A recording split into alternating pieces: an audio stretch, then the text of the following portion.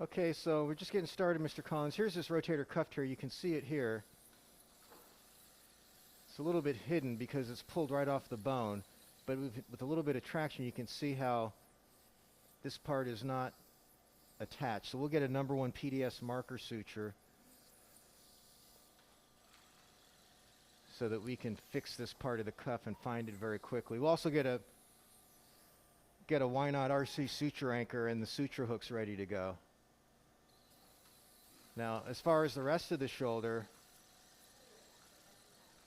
here's the biceps tendon. That actually looks okay so far.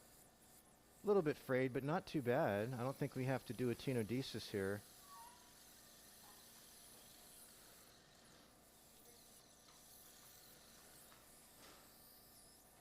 And again, this is where the rotator cuff is torn, right where that shaver's disappearing. Okay, so we've identified the tear. You can see it right there. We're going to go ahead and place an anchor in, but you can see how this tendon is split in a bunch of different ways. Not to worry, we can fix it. You had a really big bone spur. We've taken that off already. And so now we're going to take a spinal needle and check our angles to make sure we can get our suture anchor down. Turn on that shaver, please.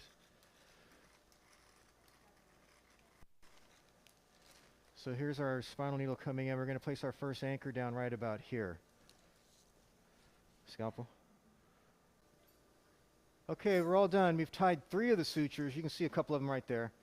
And that tendon is anchored back down to the bone. We've also made some little vascular channels in the bone. And we're going to finish up and get you back to the recovery room here. So good luck to you now. Bye-bye.